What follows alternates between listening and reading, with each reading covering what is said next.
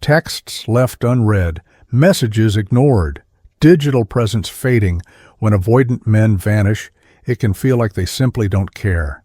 But the truth is far more complicated. They vanish, leave you on read, and vanish again, and the assumption is that they're free, unburdened, unconcerned. But the truth is far more complex. Avoidant men don't ghost because they don't feel. They ghost because feeling is terrifying, and because feeling leaves them trapped in a private psychological chaos they cannot admit, even to themselves. When an avoidant man stops replying, ignores your messages, or pulls away after a night of digital intimacy, he's not checking out for fun. He's entering a silent hell. Every unread text, every unanswered question, every moment of your virtual absence is a reflection of the tension between the love he feels and the fear he carries. The digital distance, the push-pull of modern texting, creates a unique kind of torment. He's close enough to sense connection, but distant enough to avoid surrendering to it. Here's the paradox of contemporary avoidance. Texting and messaging should make closeness easier, but for an avoidant man, they don't. Every emoji, every read receipt, every little ping of your presence triggers a subtle panic. Intimacy doesn't just scare him, it becomes a mirror, showing how much he's attached, how much he fears vulnerability, and how much he simultaneously needs and rejects connection. Ghosting is a way to protect himself, but it comes at a price. That silence you experience? It's not freedom, it's psychic self-punishment. Immediately after ghosting, he feels a strange mix of relief and self-loathing. Relief because the immediate pressure of responding, of showing care, of navigating the labyrinth of digital intimacy is gone. But almost instantly, relief turns into guilt, self-disgust, a quiet horror at what he's done. In the private chambers of his mind, he knows he's abandoned someone who mattered. He knows he's chosen cowardice over courage. And yet admitting it would mean acknowledging that he cared so much he could not bear it. This relief and guilt cycle is amplified in the digital era. When you're constantly visible through social media, texting, tagged photos, and stories, avoidance doesn't create real distance. It creates phantom presence. He can see your life continue, your laughter, your interactions with others, and that ghostly presence drives an obsession that feeds itself. He replays conversations in his mind, overanalyzes every word, every emoji, every tiny digital sign, constructing a narrative where leaving was necessary, rational, justified, and yet every fabricated excuse scratches at the truth. He ghosted because fear won, not logic. This obsessive replaying is another cruel twist of modern love. It keeps him tethered to you while maintaining the illusion of distance. He scrutinizes every interaction for proof that you were too much, too demanding, or too attached.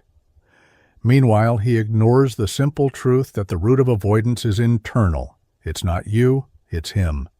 And yet digital proximity makes the separation excruciating. Notifications become triggers, stories become reminders, and even in absence, your presence lingers as a constant, unacknowledged weight. Then there's what I call phantom limb syndrome. Your absence in a world where you're hyper-visible feels like a missing piece of him he cannot name. He might check his phone at moments you would have texted, order food you liked, scroll through your content without interacting. Small rituals of maintaining connection while keeping a safe distance. It's a low-level ache he cannot admit. It's proof that he integrated you into his life in ways his conscious mind never allowed. Alongside this ache comes rage. Rage at himself for needing you, for caring, for feeling human emotions that challenge the identity he has built around independence and invulnerability. In a digital world, That rage is magnified by comparison.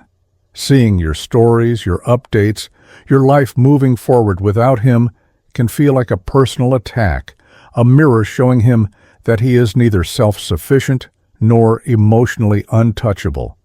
And yet, the moment he tries to articulate this rage, it collapses under the weight of shame. He cannot admit he needs, he cannot admit he lost something valuable, so it turns inward, a silent corrosive force that shapes his interactions, both with himself and others. And then comes fear, the fear that you've moved on. In an era where online presence is a constant update, the reality that you are living, laughing, and thriving without him is terrifying. Ghosting was meant to give him control, a way to leave while keeping an invisible tether. But if you heal, if you grow, if you move on without waiting, that control is stripped away. He fears not losing you as much as he fears that you no longer need him. That terror in turn drives compulsive behaviors. He may check your social media obsessively, ask friends about you indirectly, or find excuses to accidentally cross paths. This is not love. It is psychological maneuvering, a desperate attempt to maintain relevance without responsibility. Shame compounds all of this. Shame at cowardice, shame at moral failure, shame at his inability to confront his emotions. Ghosting reveals the very things he has spent a lifetime trying to hide: weakness, fear, and emotional immaturity. In the digital age, this shame becomes persistent because the reminders are constant. Unlike older eras where absence might fade into distance, every notification, every online trace is a reflection of what he cannot face. That leaving caused harm, that running away was easier than growing, that he became the villain in your story. And yet there is grief, a profound grief not just for what was, but for what could have been. In a world mediated by messages and moments that can be captured, saved, and replayed, the what-ifs multiply. He mourns a version of himself that could have loved fully, openly, and courageously. He mourns the relationship that never got a chance to exist. But grief is complicated by guilt and avoidance. He can feel it, he can recognize it internally, but he cannot express it without shattering the fragile armor of his constructed independence. Finally, he harbors secret hope. Hope that you will reach out first, bridging the digital gap, repairing the rupture without him admitting fault. In this hope lies the ultimate paradox. He wants connection without responsibility, presence without vulnerability. If you reach out, he can frame it as responding to your need, not as acknowledging his failure. In the modern dating landscape, this is the cruelest push-pull of all. You carry the emotional labor of validating him, while he avoids confronting the consequences of his own fear. Understanding this psychological terrain is critical, not because it excuses ghosting, but because it reframes your perspective. His silence is not strength, it is suffering. His disappearance is not proof of indifference, it is evidence of the intensity he could not manage. Recognizing this helps you stop waiting for closure from someone who cannot provide it. You begin to see ghosting not as a rejection of your worth, but as a reflection of his internal battle. And here is the insight Jung would offer. The digital era has magnified avoidance, but it has also illuminated the human need for connection more starkly than ever. Texts left unread, read receipts ignored, virtual absence, all of these signal the tension between longing and fear, attachment and defense. When you understand the unconscious forces shaping this behavior, you can navigate modern love with clarity. You stop obsessing over why he vanished and start understanding what you truly need: consistency, presence, and a partner brave enough to face love, not flee from it. There are men who respond differently, men who do not ghost when connection intensifies, men who allow vulnerability, men who let love transform them rather than terrify them. The difference is not the depth of feeling, it is the courage to face it. Recognizing the avoidant pattern is not about labeling him as the enemy.